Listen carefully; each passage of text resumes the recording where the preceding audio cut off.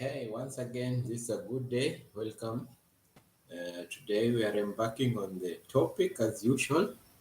We are talking about mental health, being mentally stable. And as from the beginning, we defined what mental health is, and we said mental health refers to a person emotionally, physiologically, and social well-being.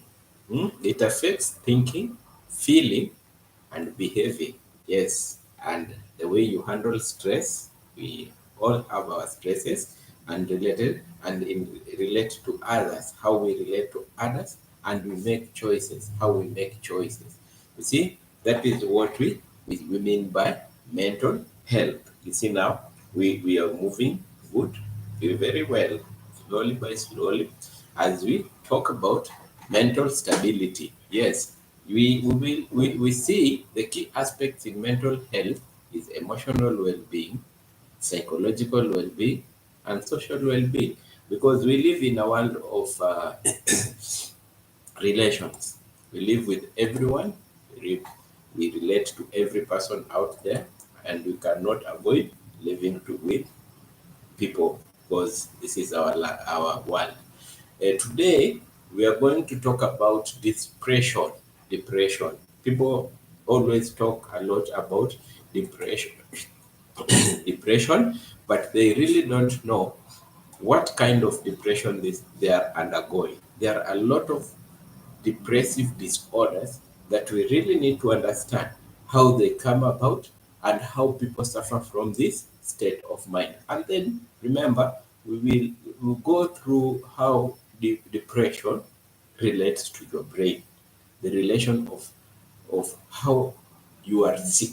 Because when you are there are some types of depression that makes a person sick, and this is related, it can affect your physiological function. And when we're talking about physiological function and thinking, we are talking about the brain. So let's go and see what is depression. Depressive disorders. When we talk about depressive disorders, what are we talking about? We are talking about a group of mental health complication characterized by persistent feeling of sadness, emptiness, irritability, accompanied by physical and cognitive changes that significantly affects the person's ability to function. Depressive disorders. Hmm? We are talking about a group of mental health complications or conditions. You see, it's a group. It's not just, we don't talk of depression as one thing. It's a group of conditions characterized by persistence of sadness or irritability. You know what irritability is. You are not stable, you can't think better. Accompanied by accompanied by physical and cognitive changes that significantly affects a person's ability to function. Ability to function. You know what function is? Function is being able to go on with daily life hassles and things that make you live well. Now, there are several uh, types of depressive disorders, and these disorders are named like this: major depressive disorder, and we'll go step by step to look at these disorders. Persistent depressive disorder. We have one is major depressive disorder. The other one is persistent depressive disorder. The other one is disruptive mood deregulation disorder. Yes, disruptive mood deregulation disorder. We'll see mostly it affects children. And then we have the fourth one, which is premenstrual euphoric disorder. Premenstrual euphoric disorder. You understand, when we talk about menstrual periods, we're talking about women and ladies. The other one is substance medication induced depressive disorder. Yes, when we're talking about substance depressive mood, depressive disorder, this one, substance, we talk about medication, we're talking about alcohol, Yes, drugs, all those, and we will see. We will go slowly by slowly and see how it affects everyone. Now, the last one here we will talk about is depressive disorder due to another medical condition. Most of it lies to terminal diseases or chronic issues, medical issues, because as it is said, depressive disorder due to a medical condition. I'll repeat the things lying below depressive disorder, characterized below this depressive disorder are major depressive disorder, persistent depressive disorder. It is also called dysthymia. And then we have disruptive mood disorder. We have premenstrual dysphoric disorder, substance medication induced disorder, depressive disorder due to other medical condition. Now, we will see how these things happen about the brain structure involved, how it comes. Let's go to the physiology of it first. Now, the brain involved in this depressive function, we will see there are several. As we talked about the functions of the brain, we said we cannot avoid talking about the structure of the brain and the parts of the brain. So the frontal cortex of the brain, as you remember from our physiology, from the second topic, which is responsible for decision making, focus, and emotional regulation. You see that in the frontal cortex. Yes, frontal cortex. It is responsible for decision making, focus, and emotional regulation. But in depression, it shows reduced activity, especially the left side. The left side. Which one? The left side. We learn about the hemisphere and divisions. They are divided into four. So the left side, especially the left side, is the problem, causing poor judgment and low motivation. You see that the frontal cortex, the left side is mostly the problem here. And then we will go to amygdala. You remember, this is not the first time I've named amygdala. You can go back to the first video if you want to know what amygdala is. There are some structures there. You will learn about amygdala. It controls emotions, response like fear and anger. You remember so well we talked about emotions, fear and anger at that particular time. Then we will go down here to check what next. We've started with frontal cortex, then we've gone to amygdala, which controls fear and anger. Fear and anger. Now, the other one is hippocampus. You remember hippocampus is the key for memory and learning. Key for memory and learning, the hippocampus. But in depression, it can shrink. Could shrink. In medical terms, we call atrophy. Atrophy is getting small. Atrophy, especially with chronic stress affecting memory and emotional balance. So when hippocampus is atrophying, it can cause memory loss in learning.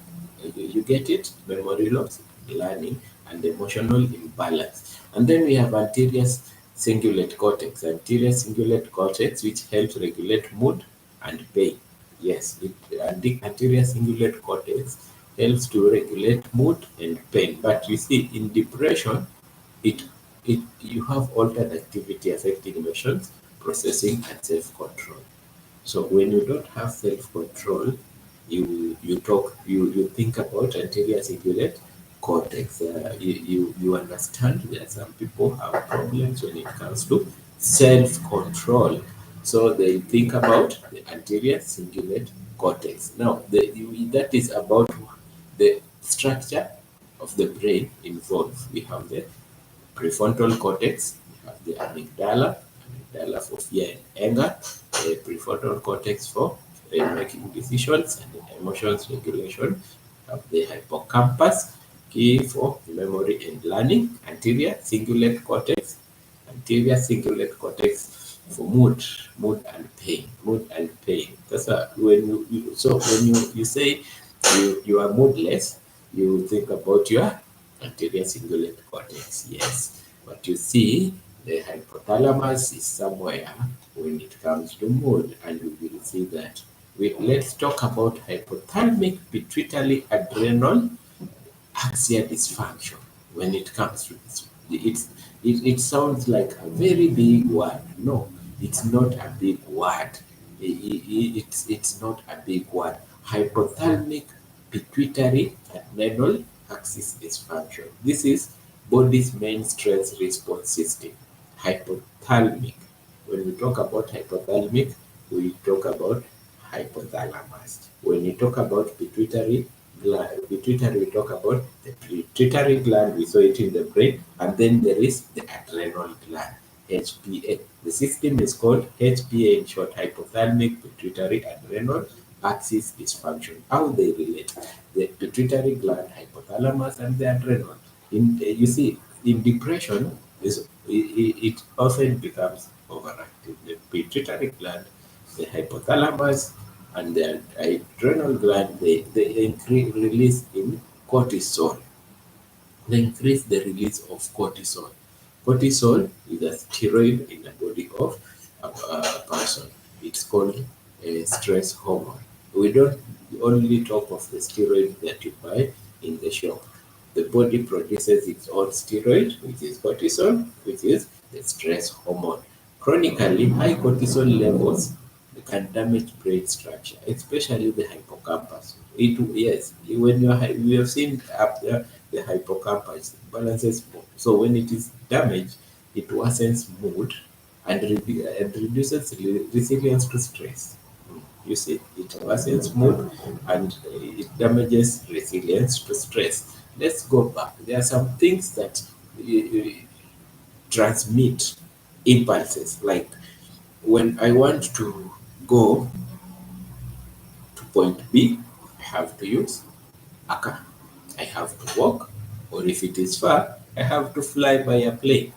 So, how are signals transmitted to your body?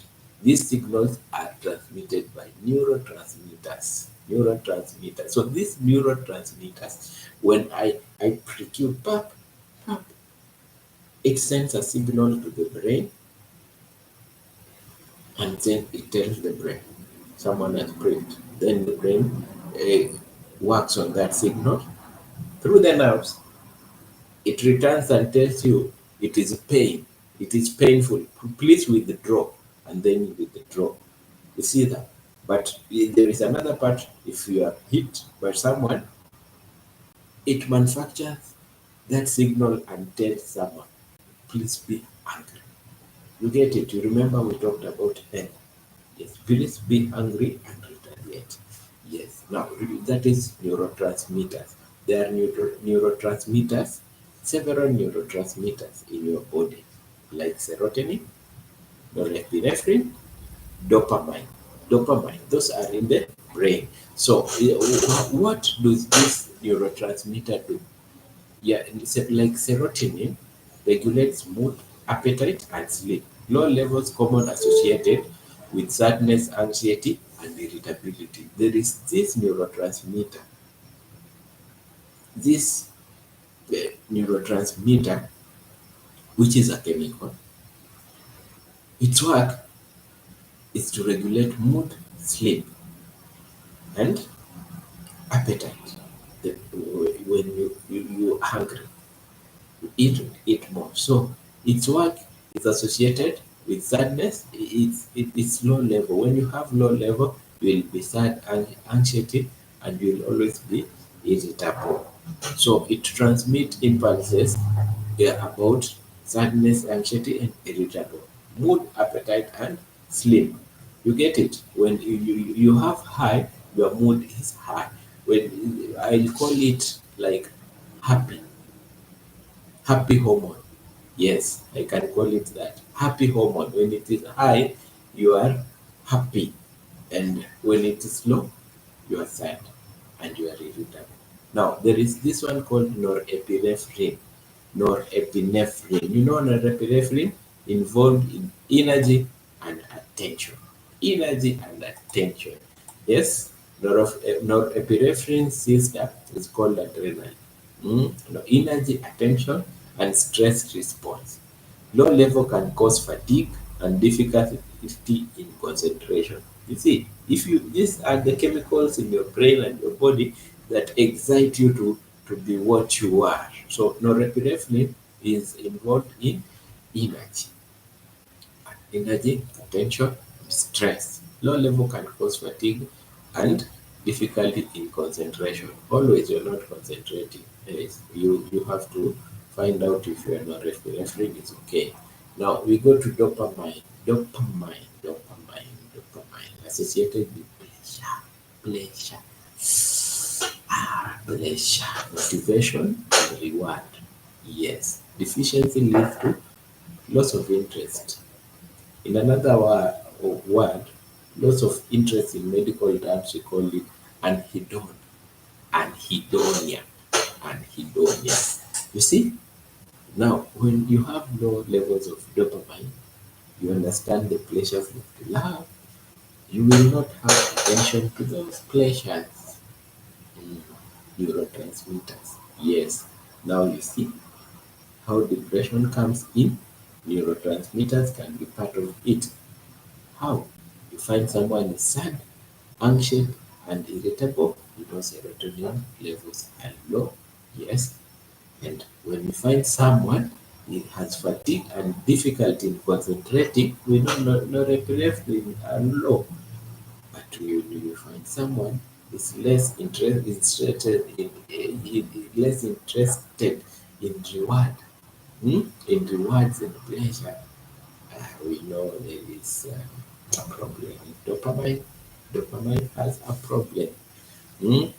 Yes, but you see, even the drugs that we give, most antidepressants work by increasing the neurotransmitters. We have talked about how the brain works. We have seen about neurotransmitters. We have seen the brain structure itself, prefrontal, amygdala, hippocampus, and reptilian.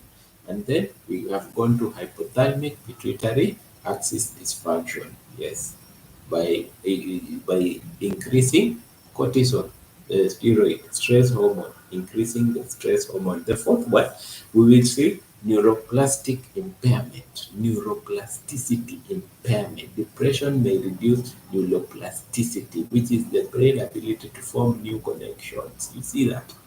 Neuroplasticity, when the brain is forming new connections. This shows recovery, learning, and adaptation to new experiences. You adjust there. You are not connecting to new experiences. You cannot keep memory of what you are being exposed to. You see that neuroplasticity impairment, brain derived neurofilament factor, brain derived neurofilament factor, a protein important for new nerve growth, is often decreased in depressed individuals. Your nerves are coordinated, and they are it's like that the brain derived neurofilament factor. It's like the how can I call it, fertilizer to nerves growth.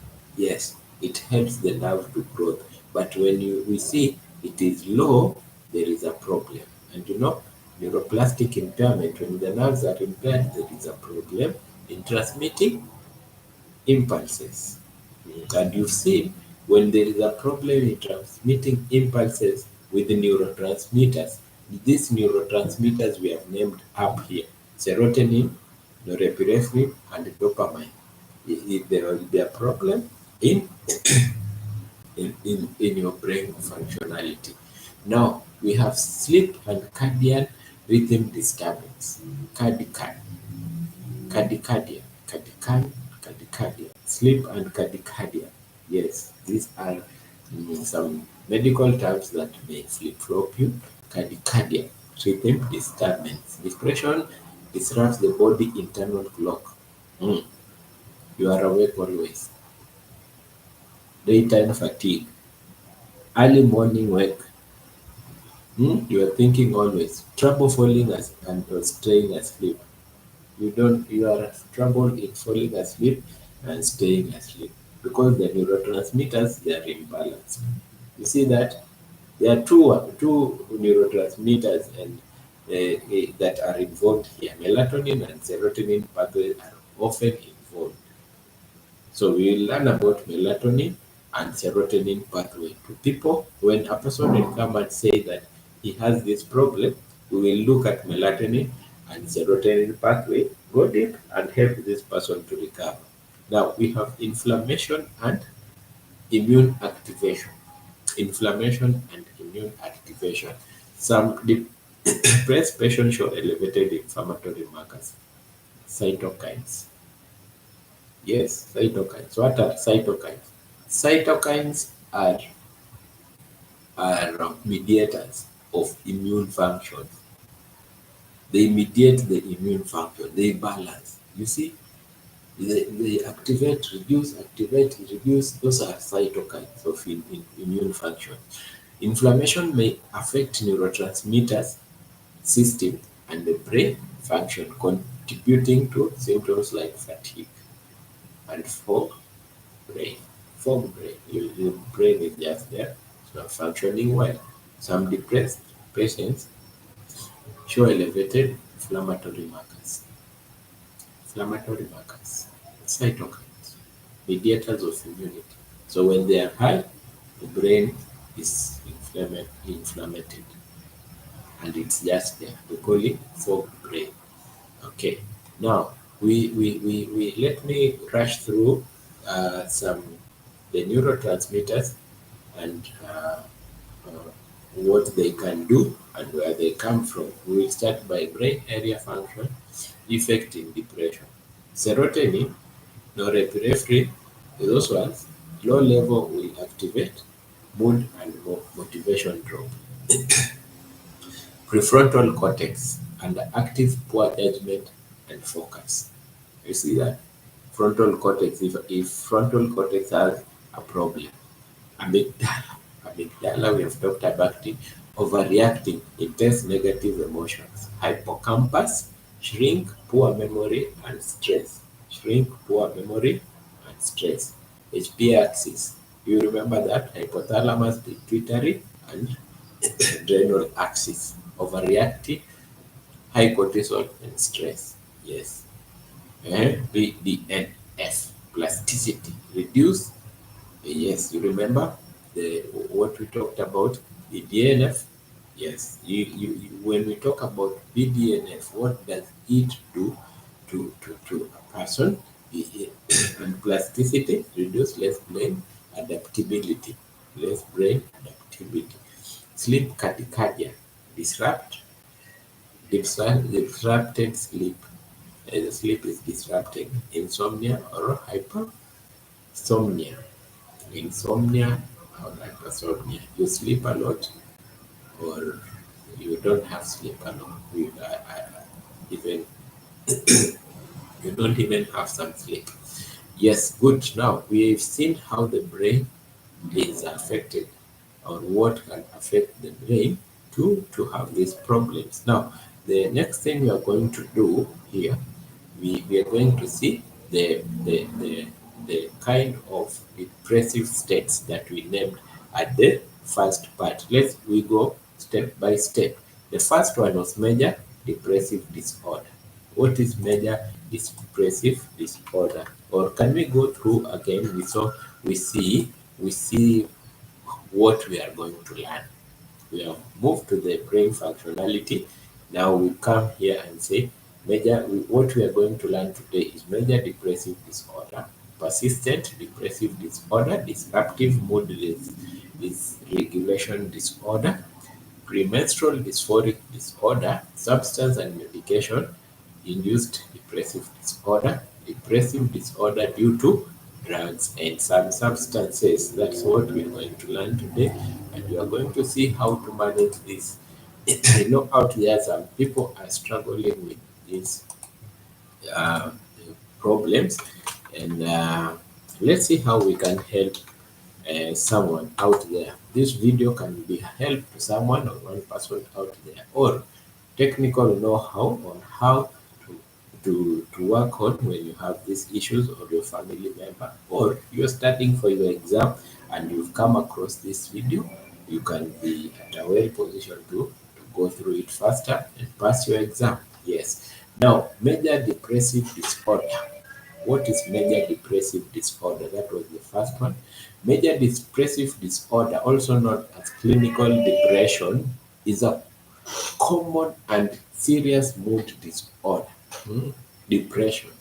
Now, major depressive disorder is what everyone talks about. Depression. It is characterized by persistent feeling of sadness, hopelessness, and lack of interest or pleasure in most activities. When people are doing some activities, you are not there, you lack interest in them. It significantly affects a person's ability to function in daily life. Because when you lack interest in day-to-day life, that is a problem. Now, how can we diagnose this major depressive disorder? To diagnose it, we can have five or more of the following must be present during the same 2 weeks period that you've noticed, and at least one of the symptoms but must be one, depressed mood, and two, loss of interest in pleasure. You see, to diagnose this, and remember the revised edition of DSM-5, it has said clearly to diagnose mood depressive disorder, five or more of the following must be present during the same 2 weeks of the period. Mm. And at least one of the symptoms must be depressive mood and loss of pleasure. Now, what are these things that a person must display to know that this person is undergoing major depressive disorder, which we call depression? One, depressive mood most of the day, nearly every day. You notice this person has depressive mood nearly every day. Market diminishing interest or pressure in activity. We remember we said that is called anhedonia. Anhedonia, when you see a person having anhedonia, market diminished interest or pressure in activity, significant weight loss or gain or change in appetite. Yes, significant loss or gain or change weight loss. A person changes in weight aggressively, marked loss in weight or gains weight so faster. Remember, there are some regulators of weight from the brain, or change in appetite. Some people, when they are having depression, they eat a lot. And some people, when they are having depression, they don't eat. You see, that affects the body physiological function. So you may increase in weight or reduce in weight. And then there is insomnia and hypersomnia. What do we talk about insomnia? Insomnia is lack of sleep, sleep disturbances. You may sleep a lot or you don't have sleep, insomnia or hypersomnia. Then we have psychomotor agitation or retardation. Yes, a psychomotor agitation. Psychomotor, motor means muscle. So you have psychomotor agitation. You are agitated. You do this, you do that every time. You move around agitated or retardation. Or you're just there, you don't want to do anything. Yes, your psyche is gone down. Psychomotor agitation or retardation. Then we have fatigue or loss of energy. Fatigue, because you're not eating, you don't think about anything, your loss of energy is there, you're just there. Then the seventh one is feeling of worthlessness or excessive guilt. Yes, you are worthless. And you are worthless. That is the feeling that you have when in this, some people, we don't say everyone, because Some people don't have, some people have, or excessive guilt. You are guilty of something that you didn't do and is making you being in that state. This is called feeling of worthlessness, difficulty in concentrating and making decision, difficulty in concentrating and making the decision, recurrent thoughts of death or suicide without a plan. Those are how many? 9. But remember, we talked about symptoms might be present during the 2 weeks, and at least symptoms must be 1, depressed mood, and 2, loss of interest in pleasure. But it can be involved with, accompanied with some of the 9, like the 9. What are the 9 symptoms that shows that this person is in a major depressive state, the one we call depression? One is depressive mood most of the day, nearly every day. 2, marked diminished interest in pleasure, yes, anhedonia, significant loss in weight or gain of in weight, yes. We have insomnia or hypersomnia. These are sleep patterns. We have psycho. The fifth one is psycho, motor agitation or retardation. We have 6, fatigue or loss of energy. We have feeling of worthlessness or excessive guilt. 8, we have difficulty in concentration or making decision. And 9, recurrent thoughts of death and suicide. You think of suicide and you have no plan. Those are 9. Now, uh, the subtypes of mood depressive disorder are melancholic features. Subtypes, these are subtypes. Melancholic features, severe anhedonia, early morning awakeness. When I talk about anhedonia, we think about loss of interest in pleasure. Yes. And then we have early morning awakening, weight loss. Typical features, mood reactivity, that is increased appetite, excessive sleep. Psychotic features. You see, depression can make a person have psychotic features, hallucination, or delusions. You are delusional. Seasonal patterns. Depression and follow the season pattern. You see, when winter comes, you get someone is depressed. Or when it is sunny, you get it. Prepartum onset during pregnancy or postpartum. Yes, peripartum. Like when women have just delivered and they go through depression, you know what we see? We talk to them, yes, and everything becomes good. That one, postpartum depression is real. We should take care of our women who are women when they are in labor. You talk to them, pamper them with love, tell them you love them, let them get babies well. Yes, they are respected because they carry life and they bring life to the world. Yes, our women are good people. We should protect our women. Don't leave women like that to get to postpartum depression. Yes, let's help our women be good, smile, make love out there and smile. Yes, yes, yes, yes, yes, yes. Let's go to pathophysiology. Yes, pathophysiology, most of mood depressive disorder is associated with the limbic system. Guys, we are at pathophysiology, associated with the limbic system. We have talked about the amygdala and the hippocampus. Yes, especially the, and we have seen what they can do. Then we go to reduce neurotransmitters. We have serotonin, norepinephrine, and dopamine.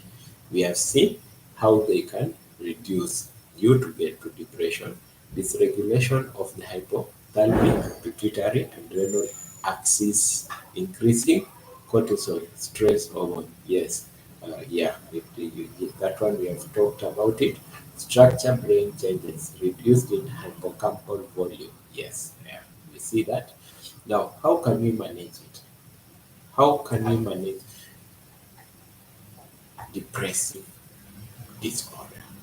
major. Depressive disorder major. Everyone calls it depression. Management. Very important part. Management. Yes. Let's talk about the management. Yes. And if you have a query, don't forget here you can discuss and bring out your analogy, and then we can know the better way. We don't like people getting into depression. It's a very bad state. Yes, you should pray for them and we should talk to them and tell them, help them. Now, how can we help them? You yourself, how can you help yourself from this state? Now, first is physiotherapy, psychotherapy. No, I'm used to physiotherapy. Yes, yes, as a doc, I'm used to physio. Now, this is psychotherapy. First is psychotherapy. The second one is pharmacotherapy. Pharma we talked about. Talk about drugs. Pharmacotherapy, drugs. The drug that you take, the drug that you take. And other treatments include electroconvulsive therapy, transcranial magnetic stimulation, and lifestyle changes. Let's go to the first one, which is psychotherapy. Cognitive behavior therapy help challenge and change negative thought patterns. You see, you need a trained psychotherapist to know how to help you because this is major depressive state. Major depressive state. The psychotherapist will take you along the way. And the first, if you personally, you are watching this video and you are undergoing this thing, the first thing to do is to agree. Agree that you have a problem. Many people that are in depression, they don't agree they have a problem. They always say, I'll overcome. Yes, it's very important to understand that you are sick and you need help. Very important. That is the third point. It's very important to understand there is a problem, I need help. And sometimes major depressive disorder is a multidisciplinary case where you need family members, you need counselors, you need other people to help you so that you can be well. So don't lie with your stress. Don't be afraid. Have the courage to tell people that I need help.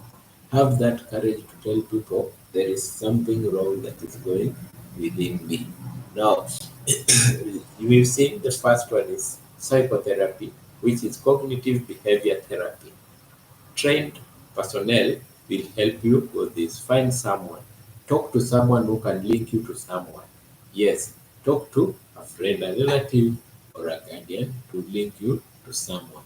Yes, interpersonal therapy focuses on relationship issues. Then we have psychodynamic therapy, explore unconscious conflict from the past. Yes, explore unconscious conflict from the past. So that is psychodynamic therapy. X past removes it. Pharmacotherapy. What can we do for this state? When we are sick, we've gone to a doctor. Remember, these drugs I'm still saying you cannot buy over the counter. In most states, you cannot buy over the counter. You need a prescription. But I will go over them so that even a person who is seeing this video and going to do an examination can help it by reading and following my steps. Now, we have here serotonin inhibitors, fluoxetine and serelatin. Yes, we have um, valsartan, SNRIs.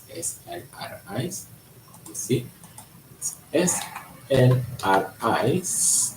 are drugs called serotonin norepinephrine reuptake inhibitors. Serotonin norepinephrine reuptake inhibitors like valfaxine, duloxetine, valfaxine and duloxetine.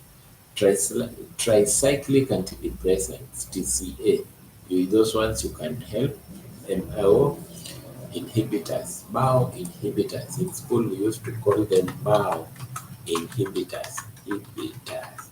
What are MAO inhibitors? MAO inhibitors and monoamine oxidase inhibitors are a class of antidepressants that work by blocking the enzyme called monoamine oxidase, which breaks neurotransmitter like serotonin, dopamine, and norepinephrine.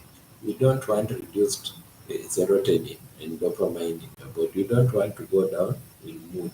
So we take MAO so that it cannot, it blocks the it blocks the breakdown of it to be eliminated in the body. Other treatment are electroconvulsive therapy for severe treatment and resistant cases. Electroconvulsive therapy. You see that transcranial magnetic stimulation. Those are for severe cases. And even uh, lifestyle changes, exercise, diet, sleep, hygiene, social support, people that are around you, social support, very important so that you can be well. Please, if you have a person who is depressed, we are just talking overview about how we can help. So if you have a person who is depressed, link, we talk, you can give professional advice and link to the professionals that are needed. In whichever country that you are in, don't worry, everything is okay. We can connect you to someone who can help you. Now, that one we were talking about major depressive disorder. Remember, it's not one. Hmm? Management of it's not one. We have another one. We others, and we see the first one was major depressive disorder.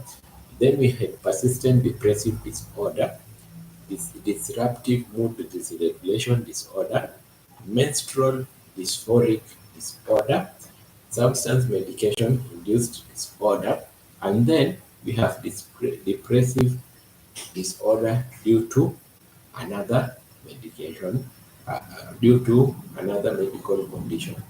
Now, this is a very big topic and it needs step by step analysis. Step by step analysis.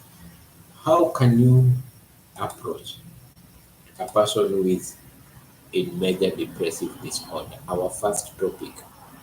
How can you approach? Approach to a person who is in major depressive disorder. Approach to a person who is in major depressive disorder. Very important. This is a person who is sick, a person who needs help, a person who is in a community of people. And we should first know how to approach this person.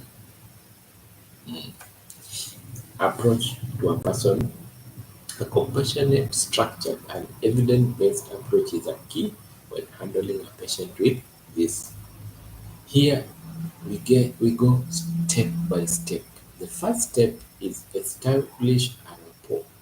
Establish a rapport. Create a safe and non-judgmental environment. Don't judge. Don't judge. Let's see. You don't judge a person. Why don't you judge this person? Because this person is sick. If you start judging this person, you will end up breaking this person. Very important. What can bring, find out, we find out first what can bring major depressive disorder. Types of things that can bring major depressive disorder. There are so many things. Major depressive disorder. There is biological factors, family history of depression, brain chemistry, we have seen, like neurotransmitters, hormonal changes, pregnancy, menopause, thyroid problems, yes, all those. Then there is physiological factors, low self-esteem and negative self-image, history of trauma or abuse, especially in childhood. If you find someone has MDD at adulthood, go dig down slowly on their childhood. You'll find there is something wrong. Poor coping skills in dealing with stress. You have got a stress, then you have poor coping skills. Perfectionism or chronic guilt. You are always guilty. Guilty. Cognitive distortion. I'm worthless. Yeah, yeah, yeah, yeah. That is bad. Don't ever say that you are worthless. Nothing will ever get better. No. Everything is okay. Be strong. Yes. Never say nothing will ever get better. Always be strong. Social and environmental factors can lead you to get into major depressive disorders. Loss of one loved one. You see that you get into grief, loneliness and social isolation, stigmatization, very bad. And it's stigmatization and discrimination. Stressful life events like accident, legal problems in courts. You are found gay in courts every time. Moving, very bad, very bad, very bad. Oh, relationship issues, divorce, yeah, yeah, yeah, divorce. Hey, to pray for that spirit to go. Let people love each other. Let people make love. Let people be good. You see that? Relationship issues are making young people to be stressed up. You go to the wrong relationship. mm, you make love, you find that this person is the person who I didn't want to have, and then you start having stress because this person is cheating. Hey, cheating is bad. Remember, love is sacred. Don't cheat because it will come back to you. Unemployment, so sad. Poverty and financial stress. Children want to go to school, there is no money. Social environment factors are the stressors, and MDD mostly is brought by this. Just imagine loss of love, loneliness and social isolation, unemployment, poverty and financial stress, relationship issues, stigma and discriminations. Don't stigmatize anyone, it's very bad. Please, people, let's love each other, let's care for each other. Hmm? Life is life. Let's just live. Now, those are the issues that can bring major depressive disorders. We have categorized them into biological factors, physiological factors, and social and environmental factors. In biological factors, we have talked about genetics, brain chemistry, hormonal changes, medical conditions, substance abuse. You don't overuse alcohol. Yes, please don't overuse alcohol. Not good. Yes, don't overuse alcohol. Mm. Stop using cocaine. Yes. Try not to be addicted to substances. Yeah. Just be addicted to love. Yes. I usually say love is my religion. Just be addicted to love. Love is my religion. Love is my religion. Love. And then stress will go away. Now let's get to go. Physiological factor. Physiological factor. Low self-esteem or negative image. History of trauma or abuse. Poor coping skills. Perfection or chronic guilt and cognitive distortion that you always say you are worthless. Everyone is worth living this life and has a purpose in this life. So stop saying you are worthless. If you are saying that, come to Dr. Ben. Let's talk. Let's work out things. Now, social environment we have talked about, and environmental factors we have talked about them. Now we are going to we were talking about approach to a person with major depressive disorder. Yes, approach. How can we approach this person? You have noticed character A, character B is an MPD. This person is heading to depression. What can we do? Create a self and a judgmental. Hi, how is you? How are you doing? Hmm, how can I help? Yes, words to use. Be polite. Yes, don't cry. Don't cry to this person. Just ask questions. Use empathetic listening and body language. Be patient. Allow the patient time to speak. Let this person speak. Don't cut out this person. Speaking relieves a person. Avoid minimizing their feelings. Just cheer up, yes, or rush into advice. Don't rush into advice. Just start talking. Yes, talking. Ask this person, when were you last out? Did you take food yesterday? Hmm. I'm here to listen. Yes, you don't have to go through this alone. Yes, I'm here. Tell this person I'm here to listen. You don't have to go through this alone, because everything is in this life and we need to talk about this life. Now, let's conduct a comprehensive assessment. You are the doctor, remember? History taking is very important. Mm, mm. Mood symptoms, sadness, hopeful, and guilty. Cognitive symptoms that you should you should ask about: sadness, hopefulness, and guilt. Remember why we are asking? Yes, previously we talked about centers that regulate all this. Now we go to cognitive symptom, concentration and memory. Then biological symptoms: sleep, appetite, libido, energy. Yes, if you are married, is your husband knickknacking good? Yes. Is your wife good? Yes. You see that is libido and function. You can go through. If you are okay with the person, you can go and ask if that is good. Yes. We are taking history and finding out what is happening. Yes, just be cool, like the way I'm cool and I'm talking to you. Biological symptoms: sleep, appetite, libido, and energy. Psychosocial functioning: work, school, relationship. Do you still go to school? When were you last in school, please? Did you see your head teacher? Yes. Did you go to work yesterday? Yes, I was at work. Or no, I haven't gone to work for 2 days because I've told them I'm sick. You see, it will tell you about psychosocial functioning.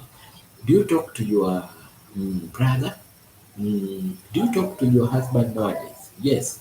Uh, has your husband come with you today? Yes, my husband is with me in the reception. Oh, yes. Oh, yes. Yes, this one we talk to psychosocial functioning. Is suicidal ideation. This is a very funny topic to start talking about, but let me ask. You were talking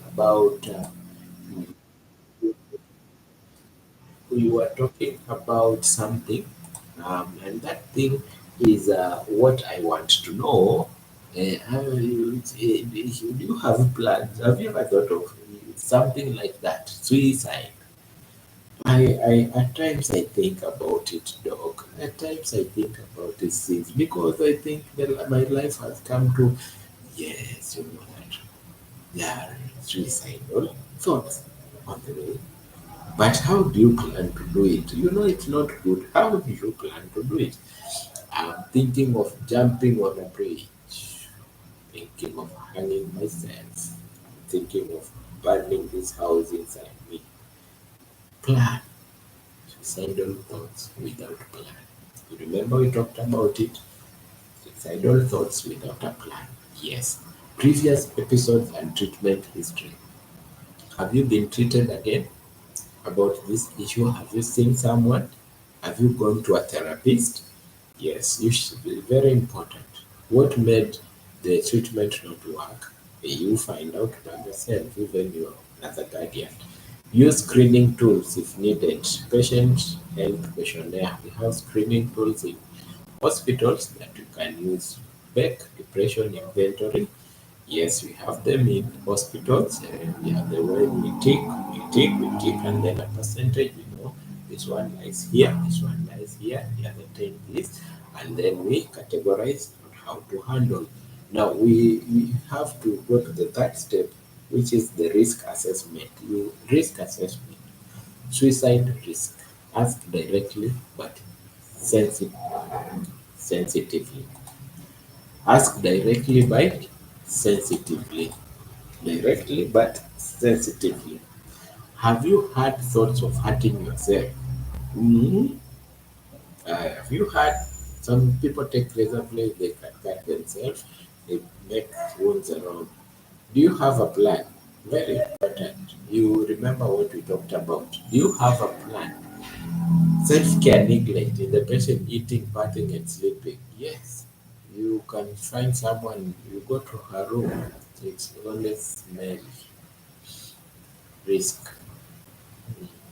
Mm, Sanitation is very bad. This person doesn't eat. That will bring health issues. So that's why we have to do risk assessment. Psychosis, any delusion or hallucination. Mm.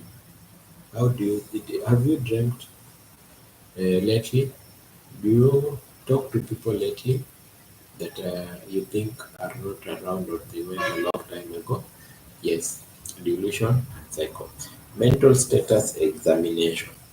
Mental status. This is a very wide topic and we are going step by step. Today we are dealing with major depressive state. Major depressive state. Major depressive state is called depression. Depression. Appearance. Unkempt, sad looking, speech slow and low volume. Mental examination. Now you focus on appearance. Look at that person. Speech slow and yes, mood and depressed flat. Yeah, you see that mood is depressed and flat. Thought process slowed and pessimistic. It's very slow. Thought content worthless and suicidal. Insight and judgment. Does the patient recognize the problem? Yes, talk to this person. Mental examination. Does this patient recognize the problem? Develop a management plan. Mild to moderate depression. Yes. Psychotherapy. Talk to this person. Introduce this person to a specialist. Consider watchful waiting plus lifestyle advice. Yes, very because it's slow by slow. We have seen things that can bring this condition. So you watchful because a person cannot come out of something so fast when it comes to uh, the mind. Yes, moderate to severe depression. The first one is mild to moderate. Just adhere to psychotherapy. Consider watchful waiting plus lifestyle and advice. Moderate to severe depression. Combine psychotherapy and antidepressants. Very important. We have seen what antidepressants do. Combine psychotherapy and antidepressants. Antidepressants like MAO, they stop the breakdown of the monooxidase. They stop the breakdown of serotonin and dopamine so that they can be at a good level. When you are in depression, the breakdown of these chemicals, neurotransmitters, is high. So they stop so that they can be at a good level so that they can help you. Yes, you do antidepressant medication. If suicidal or psychotic may need inpatient care. If you find someone is psychotic or suicidal, he needs where inpatient care or a place where he can be monitored continuously. We don't want to lose a life. This life can heal and be a good thing to the world. Yes, we don't want to lose a life. In crisis or suicidal, do not leave the patient alone. Never lose this patient when it is in crisis or you find that he's suicidal. Do not lose this patient alone.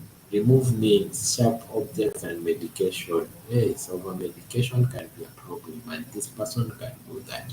Urgent psychiatric referral or hospital admission. If you can't handle this as a doctor, please refer. Please manage what you can and refer. Very nice. Yes. We go to the sixth one is psychoeducation. Educate patients and the family about the condition. Depression is a medical condition, not a weakness. Can I repeat that? Depression is a medical condition, it's not a weakness. If someone is depressed, this is a medical condition. I'm sorry to say that people say these people is weak. Depression is a medical condition, not a weakness. Recovery takes time, but it is possible. Many people have recovered from depression and they are working and helping other people. So let's help that person who is in depression to help other people. Yes, let's help people to help other people. Even you have been helped to be where you are there. So a person in depression should be helped. Yes, just like a patient who is in bed recovering from malaria, recovering from pneumonia. Let's help this patient to recover. Lifestyle factors like exercise, sleep, and supports social support help. Yes, you plus family members plus friends to show social in Quincy. Yes, let the family be part of you. Let the family be part of everything. Treatment adherence is essential. And you see, when a person is depressed, the first key criteria is let the person know I'm sick. After this person knows I'm sick, you can do what? You can continue and continue and help. But if a person don't admit, it can be a very bad idea to start. You will not make it. Help this person to understand that he is sick and this person needs help. Now we continue, we continue next time. I think these are very big topics that we need to go step by step. And at each topic that you feel you have a question, go undergoing something, your family member is undergoing something, drop down, just say I have a problem I will need to understand through the video, and then I'll give you a handle where you can communicate through. Yes, you can communicate through. Now today we have handled major depressive disorder, which is called depression, and we have more to go. The next time we will be handling persistent depressive disorder, dysthymia, dysthymia. Dysthymia will be next, and then we will go to disruptive mood dysregulation disorder. Disruptive mood dysregulation disorder, and then premenstrual dysphoric disorder. Premenstrual dysphoric disorder for women. We are going to talk about how menstrual periods bring depression to some women. Substance and medication induced depressive disorder. That is the fifth topic we are going to have.